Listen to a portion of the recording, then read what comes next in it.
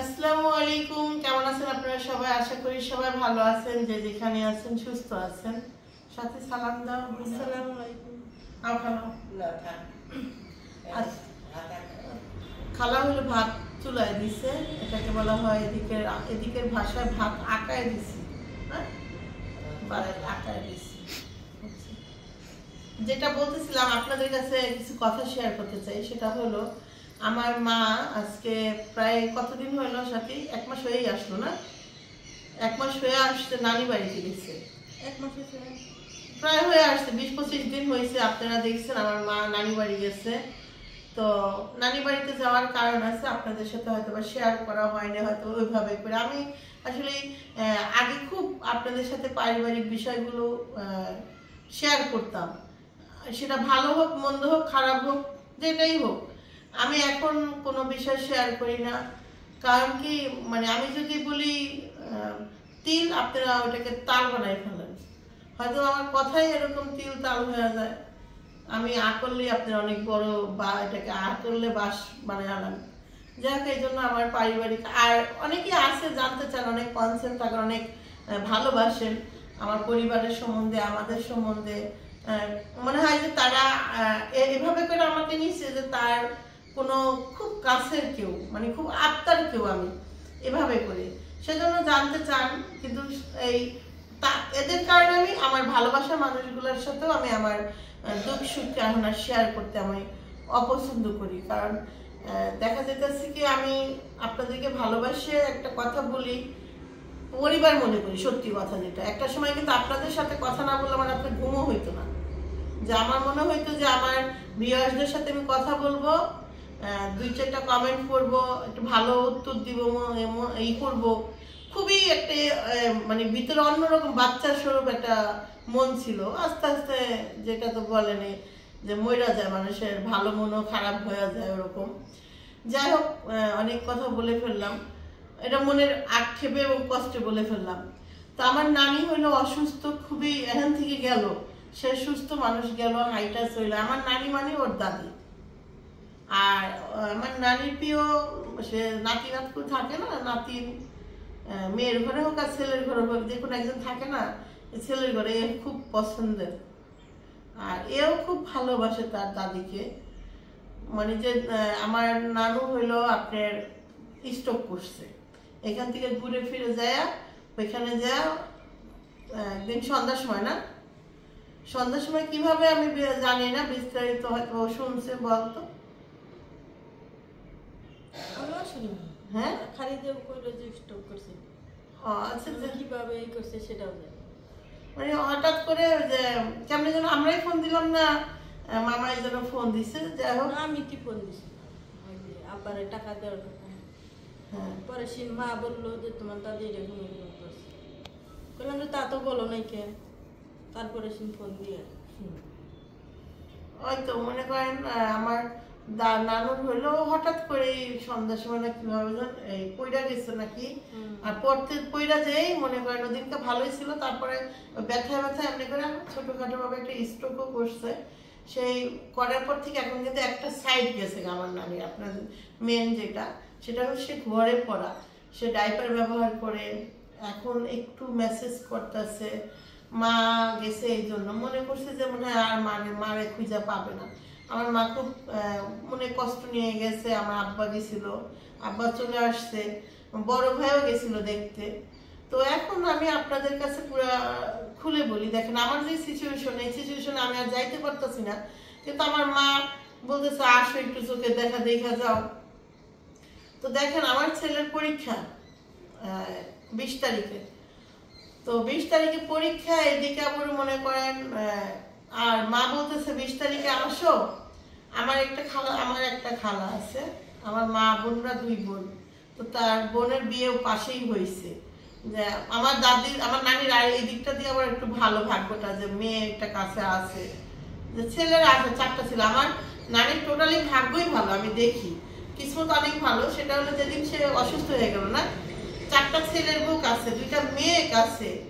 সব আজকে কতদিন ধরে তার কাছে। তারা আমি বললাম যে দেখো আমরা যখন বৃদ্ধ হবো, যে যারা একটা সন্তানের মা, আমরা যখন বৃদ্ধ হবো, ধরেন মানে আমার ছেলে বিদেশ থাকলো, আমি কি ঘরেই আমার জন্য আশ্রম, আমি আমার এই ঘরে মরলাম না বাঁচলাম না কি হইলো কেউ দেখবে না, দেখার কেউ না। সন্তান বেশি নেওয়া ভালো আবার খারাপও। তো দেখেন এখন আমার নানির সেবা করার মানুষের অভাব নাই। আমার ছোট মামার কাছে থাকে আমার নানি, আর আমার মামিরা সবাই আলাদা আলাদা করে যে যার মতো করে চারদিকে বাড়ি করছে, যে যার মতো করে থাকে। তা ছোট মামা আমার নাইমা বাড়ি করছে, তো তার বাড়িতে ছোট মামার সাথেই আমার নানু থাকে। তো ওই বাড়িতে সবাই রাইফেলা চলে যায়, ওর মা, তারপরে আমার বড় মামি, আমার যে মামি বেড়াইতে আসছিল নিয়ে, তাসলিমার মা। তো ওরা কি করে, মানে মামিরা সন্ধ্যার সময় চলে যায়, রাত বইরা কথাবার্তা বলে, মার সাথে কি থাকে, রাত্রে থাকে। যা মোটামুটি ভাবে এখন নাকি একটু সুস্থ, মাঝে একদম কথাই বলতে পারেনি, খালি ফেলায় তাকাই রয়েছে আমরা যখন ভিডিও কলে কথা বলতাম। তো ও অনেক কষ্ট পাইতেছিল, যাইতে চাইতেছিল, আর মনটা ওইখানেই পড়ে আছে। যেদিনকে অসুস্থ ছিল সেদিন থেকেই ও কান্নাকাটি করতেছে। আমি না বুঝার ভান ধরে আছে, আমি দেখাও না দেখার ভান ধরতাম, যে দেখতাম ও হয়তো মন খারাপ হতে কাঁদতেছে, হয়তো আমি যদি আবার বেশি কনসেন্ট্রেট দেখাই তাহলে আরো কাঁদতে পারে, এজন্য আমি না দেখার ভান করতাম। আমি বুঝতাম যে এখন ওর হয়তো মন খারাপ ওর দাদির জন্য। ওর দাদি আমার নানু, আমার মন খারাপ হইতো, তো মানে আমরা যেমন কন্ট্রোল করতে পারি আমাদের বিষয়গুলো, কি জানেন, আমরা অনেক কিছু প্রকাশ করি না। একটা হয় না প্রকাশ করা, একটা হলো রিজার্ভ থাকা, ওরকম টাইপের। যা সে নানুকে দেখতে যাব, আমি বলতেছি এখন তানের পরীক্ষা 20 তারিখে, বৃহস্পতিবার দিন যদি পরীক্ষা হয়, আমি বলছি যাবো তুমি পরীক্ষাটা দাও, পরীক্ষাটা দিয়ে আসো, আমি গায়ে মানে 2 দিন ওর আব্বু সময় দিবে না, আমি এই 2 দিন যা নানির দেখে আসবো। আবার শুক্র শনি যাইতাম না, শুক্র শনি আমার খালাতো ভাই ছোটখাটো ভাবে ঘরোয়া ভাবে বিয়ে করবে, তো বলতে চাই এই চলে আসো একটু। আর এমন একটা সিচুয়েশন ছিল, ফাইনাল পরীক্ষা, আমার যাওয়াটাও ঠিক না, আমি এতদিন ধরে না করছি যে একবারে 2 তারিখে পরীক্ষা শেষ হইব তারপরে যাব। কিন্তু এই যে বললাম মামাতো বোনরা বলে খালাতো বোন আছে 2টা, ওদের সাথে দেখা হয় না, ওরা আবার আসবে এই শুক্রবারে। তো সবকিছু মিলে হয়তো মানে আমারও নিজেরও মন চাইতেছে, আর ওর তো মন চাইতে আছে, তাহলে একটু ঘুরাই নিয়ে আসি, নিজেও একটু ঘুরে আসি। আমি বলছি তাকে, আর ওর আব্বুকেও বললাম যে তাহলে তুমি শুক্র শনিবার দিন ওর একটু সময় দিও, আমি 2 দিন, আমার টাঙ্গাইল বেশি দূর তো না, চলে আসবো না। তো এই জন্য যাওয়ার ইচ্ছা। এখন বাকিটা উপর আল্লাহ জানে যাইতে পারবো কিনা, এখনো আধা আসলে শিওর না, জাস্ট এটা একটা মন বানাইছি যাবো আমরা। এখন তার উপরে নির্ভর করে, ওর ইয়ের উপরে নির্ভর করে যে যাইতে পারবো কিনা। কিন্তু সাথীর যদি সাবিনারা এই দিকটা কেউ যাইতো, আমি সাথীরে পাঠাই দিতাম যে যা কয়দিন বেড়ায় আয় না, কারণ ওর তো মন চাইতেছে, ওর তো মন এখানে টিকতেছে না। কারণ ওইখানে ওর দাদি যেদিনকে ওর মানে যেদিনকে আমরা নানির দেখলাম ভিডিও কলে, দেখে মনে হলো যে মরার অবস্থা। সে এখন একটু কথাবার্তা বলতে পারে। আমার মা তো প্রায় 25 দিন হয়ে আসছে ওই জায়গায় আছে, মাকেও দেখে আসলাম, মাও বলতেছে আসো আসো। আসলে জানেন, মা বলতেছে দেখো পরীক্ষা ও দিবই না, আমার এতদিন তো পড়ছেই, তুমি আসো 2টা দিন থাইকা যাও, আর আমিও আর কতদিন থাকবো এখানে কও, আমি তো যাবো না। আর মার বাড়িতে মা না থাকলে ওই বাড়িতে যায় কোনো মজা নাই। আমি এখন যাব, আবারও ডিসেম্বরের 25-26 তারিখে যাব, মানে ডিসেম্বরের দিকটা যাব, এটা বেশি হয়ে যায় যে মা নাই, মা 2 বার আইব, অত দূর থেকে মা আবার ডিসেম্বরে কি আসবে। তো সবকিছু মিলে এই জন্যই ডিসিশনটা নিয়েছি, বাকিটা পুরো আল্লাহ জানে যাইতে পারবো কিনা, আপনাদের সাথে শেয়ার করবো না ভালো মন্দ। আর যদি বিয়েতেও যাই সেজন্য প্রিপারেশন নিতে হবে। আমার ইচ্ছা আছে যে যদি যাই আমি শুক্রবারেই যাব, বিয়েও খাইলাম, সবার সাথে একটু দেখা হইলো, বললাম না আমার খালাতো বোন আসছে, সেই ছোটবেলায় আমাদের সাথে দেখা হয়েছে, আর দেখাও হয় নাই। একটা তো এই যে যেই ভাইয়ের বিয়ে বললাম শুক্রবার দিন, ওই খালাতো ভাইরা তো আমি মনে হয় দেখছি কিনা সন্দেহ মনে হচ্ছে না, আমার মনে পড়ে না আমি দেখছি, বুঝলেন। এবার বুঝেন যে কেমন কত দূরত্ব সম্পর্ক, কিন্তু আমার আপন খালা, খালার সাথে সম্পর্ক, খালার ফোনে ফোনে কথা বলে। ছেলে বলে লেখাপড়া করে ঢাকায় পড়ে, ঢাকায় ছিল। যাই হোক, চলেন দেখি যাওয়া যায় কিনা। আর দোয়া করেন আমার নানুর জন্য, নানু যেন তাড়াতাড়ি সুস্থ হয়ে যায়। এক সাইড পড়ে গেছে, কিন্তু এখন নাকি হাত নাড়াইতে পারে না, কথা বলতে পারে, ফোনও ধরতে পারে। যদি কেউ ফোনটা ধরো কথা কই, ফোনও ধরে। ইনশাল্লাহ এখন ভালো আছে। আর দোয়া করেন তারে। আর আমি জানি আমার নানু মানে আপনাদেরও নানু, আপনারা অনেক বেশি ভালোবাসেন তাকে। ওকে, তো নেক্সট আবার কথা হবে। শুনেন আমি বলি, আমি কবে দেখছি, আমি ছোটবেলায় দেখছি কিনা আমার মনে পড়ে না। আমি কবে দেখছি এটা আমার মনে পড়ে। সাগরে লাস্ট দেখছিলাম, সাগরে হলো খালা নিয়ে আসছিল আমাদের বাড়িতে। ওর মুখে মনে ও কবে দেখছে। আমি আবার ওই যে ইয়ের সময় দেখছি, ওই যে ক্যামেরায় কাশিমন্ডারি দেখছি, আর এইবার ঈদের মধ্যে দেখছি। মানে ওর জীবন আর ফুফাতো ভাই, আমার ফুফাতো ভাই কিন্তু ছোট থেকেই পালছি, কিন্তু যখন একটু বড় হয়েছে তখন বিয়ে হয়ে গেছে, তখন মানে আসা বাড়িতে আসলে আর যাওয়া হয় না। আসি মনে হয় 2 দিন কি 3 দিন থাকি, আবার চলে যাই। ফুফুদের বাড়ি যাওয়া হয় না, মানে কাছেই কিন্তু তারপরেও যাওয়া হয় না। এই জন্য ও দেখে না।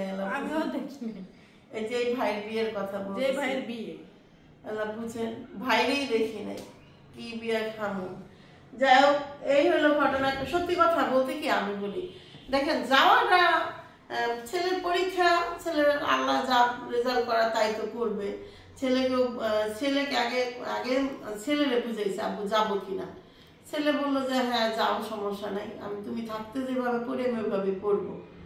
কারণ কি আমার এখন আর ওই আমার ছেলেকে দেখার মতো কেউ নাই।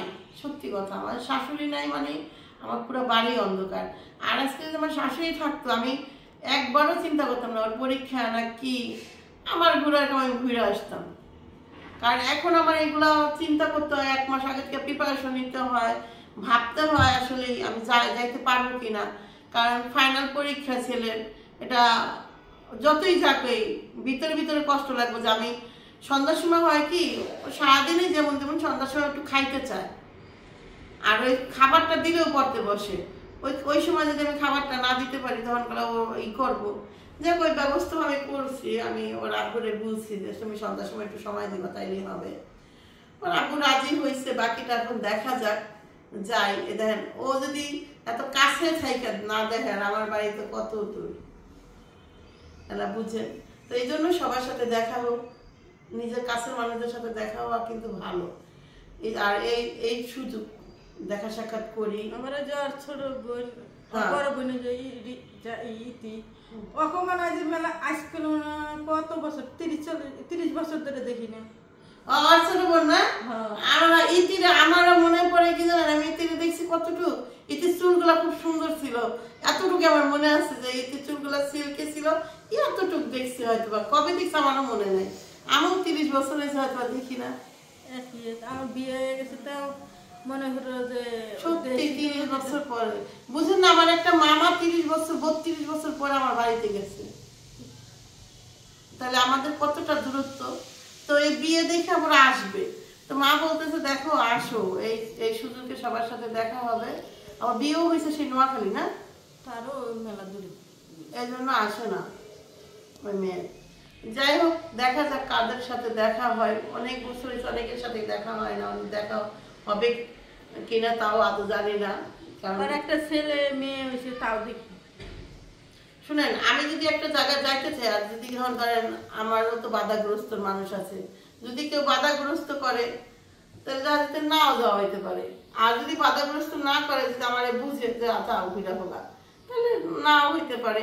কিন্তু বিষয়টা হচ্ছে ওরকম, এখন আর বাধাগ্রস্ত করার কেউ নাই।